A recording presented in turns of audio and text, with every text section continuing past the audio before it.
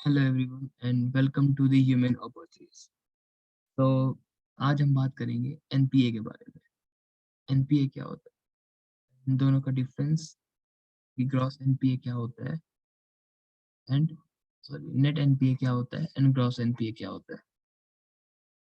अगर मैं एक सिंपल वर्ड में बताऊं, gross NPA minus provision equals to net NPA. Now question क्या आता है दिमाग में कि भाई ये प्रोविजन क्या होता है। इस प्रोविजन को समझने के लिए हम नेक्स्ट पेज में चलते हैं एंड हम इसे एक एग्जाम्पल की तरह समझेंगे। लेट्स से ये बैंक है एंड ये मिस्टर ए है। बैंक मिस्टर ए को 10 लाख रुपए का लोन दिया है। जब बैंक मिस्टर ए को 10 लाख का लोन देगा तो यहाँ पे 3 केस फॉर्म होगा।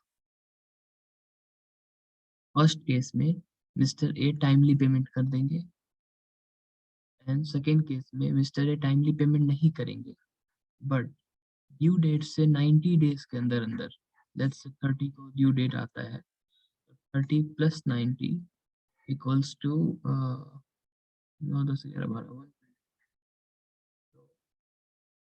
मतलब 90 डेज मतलब 3 महीने के अंदर अंदर ना। हाँ, 3 महीने के अंदर मतलब 3 मंथ्स के अंदर अंदर ये टाइमली पेमेंट नहीं करेंगे, बट इस ड्यू डेट के 3 मंथ्स के अंदर अंदर ये पेमेंट कर देंगे। तो ये सेकेंड केस बनता है। एंड थर्ड केस क्या बनता है कि 90 इस ड्यू डेट के 90 डेज एक्सीड कर गया है एंड अभी भी मिस्टर ए पेमेंट नहीं किए है। सो फर्स्ट दो केस में हम इस एसेट को स्टैंडर्ड एसेट मान लेंगे, यानी सब नॉर्मल चल रहा है। बट थर्ड केस में हम इस एसेट को सब स्टैंडर्ड एसेट क्लासिफाई कर देंगे। इस एसेट में क्लासिफाई कर देंगे, सब स्टैंडर्ड एसेट में क्लासिफाई कर देंगे। तो एंड इस केस को मैं फर्दर लेके चलता हूँ। मान लिया जाए कि 90 डेज भी बीत गया है एंड इस 90 डेज से 1 साल बीत चुका है। 1 साल बीत चुका है, अभी तक पेमेंट नहीं आया है। एंड सेकेंड केस क्या रहेगा कि इस 1 साल बीत चुका है, 1 साल भी बीत गया, दूसरा साल बीत गया, तीसरा साल भी बीत चुका है एंड अभी तक पेमेंट नहीं आया है। नेक्स्ट केस में क्या है कि तीसरा 3 साल से ज्यादा हो चुका है, अभी तक पेमेंट नहीं आया है।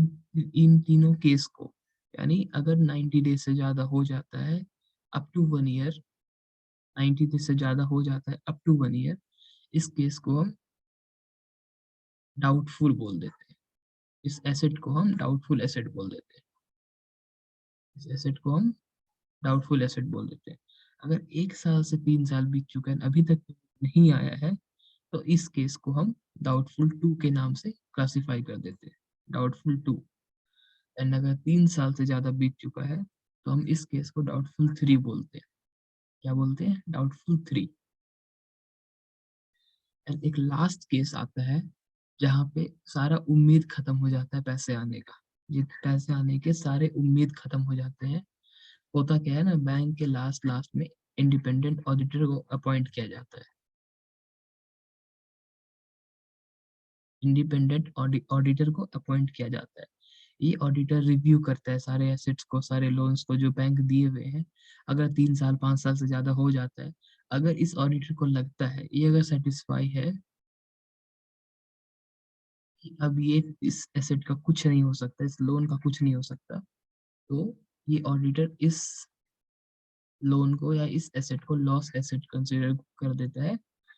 एंड यहाँ पे एसेट ये लाफ एक फाइनल स्टेज रहता है। एंड इस स्टेज में बैंक अपने पीएनएल में लॉस बुक कर लेता है।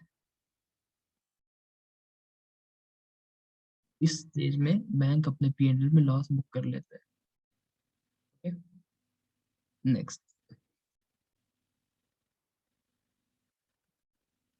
And in in in asset के स्टेज पे इन एसेट के स्टेज पे हम प्रोविजन बुक करते हैं। हम एक परसेंटेज ऑफ प्रोविजन निकालते हैं जिस तरीके से जैसे जैसे स्टेज पे रहेगा, जैसे जैसे स्टेज जिस जिस स्टेज पे रहेगा, उसका एक प्रोविजन परसेंटेज दिया हुआ है हमें। उस प्रोविजन परसेंटेज को हम निकालते हैं, एंड उस प्रोविजन को हम ग्रॉस एनपीए से माइनस कर देते हैं, एंड द रिजल्ट आता है नेट एनपीए यानी एनएनपीए। ओके, सो आगे हम चलते हैं स्टेज के बारे में। नहीं, नॉट स्टेज के बारे में नहीं, कौन कौन से फैक्टर्स इस प्रोविजन को जो परसेंटेज निकालते हैं, कौन कौन से फैक्टर्स रिस्पॉन्सिबल होते हैं इस प्रोविजन को फैक्टर्स को डिसाइड करने में। सो सबसे पहला फैक्टर होता है सिक्योरिटी। क्या जो एसेट दिया हुआ था, जिस एसेट के जिस लोन के बेसिस पे जिस जिस जो मतलब जो बैंक जो लोन दिया था, उस लोन के अगेंस्ट क्या कोई एसेट है, या कोई सिक्योरिटी या कोई एसेट दिया गया था। अगर हाँ, तो वो कंसीडर होता है। दो कॉर्पोरेशन होते हैं, ईसीजीसी एंड डीआईसीजीसी, यानी export credit guarantee corporation and domestic insurance credit guarantee corporation. ये दो कॉर्पोरेशन एक तरह का गारंटर का काम करते हैं, एंड बैंक को ये गारंटी देते हैं कि अगर वो पैसा नहीं देगा तो हम को इस आउटस्टैंडिंग लोन अमाउंट का 10% हम गारंटी करते हैं, 20% हम गारंटी करते हैं। इस तरीके से इनका रहता है। वो गारंटी को कंसिडर करते हैं, एंड स्टेज को कंसिडर करते हैं कि जो एसेट है ये कौन से स्टेज पे, क्या सब स्टैंडर्ड पे है, क्या डाउटफुल पे है। अगर डाउटफुल पे है तो क्या डाउटफुल 1 है, डाउटफुल 2 है, डाउटफुल 3 है, ये एसेट लॉस हो चुका है। ठीक है, मान लिया जाए कि मैं आपको करके दिखा देता हूँ। मान लिया जाए कि आउट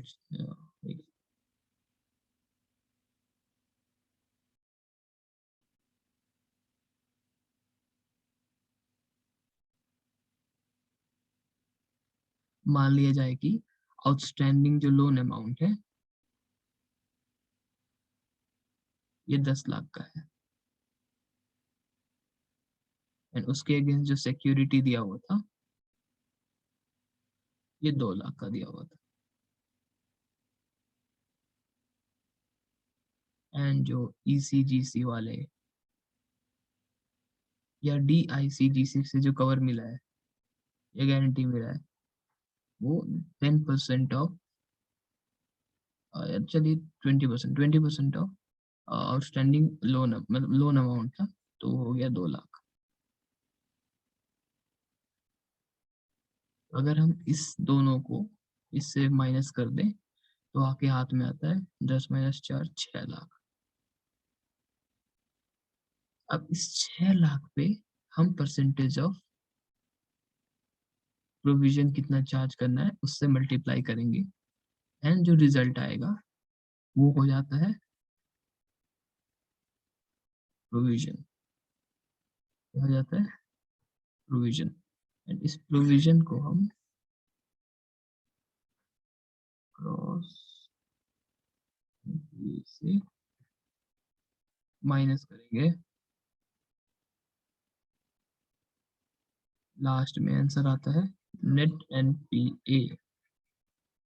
आई होप आप लोगों को समझ में आ गया होगा।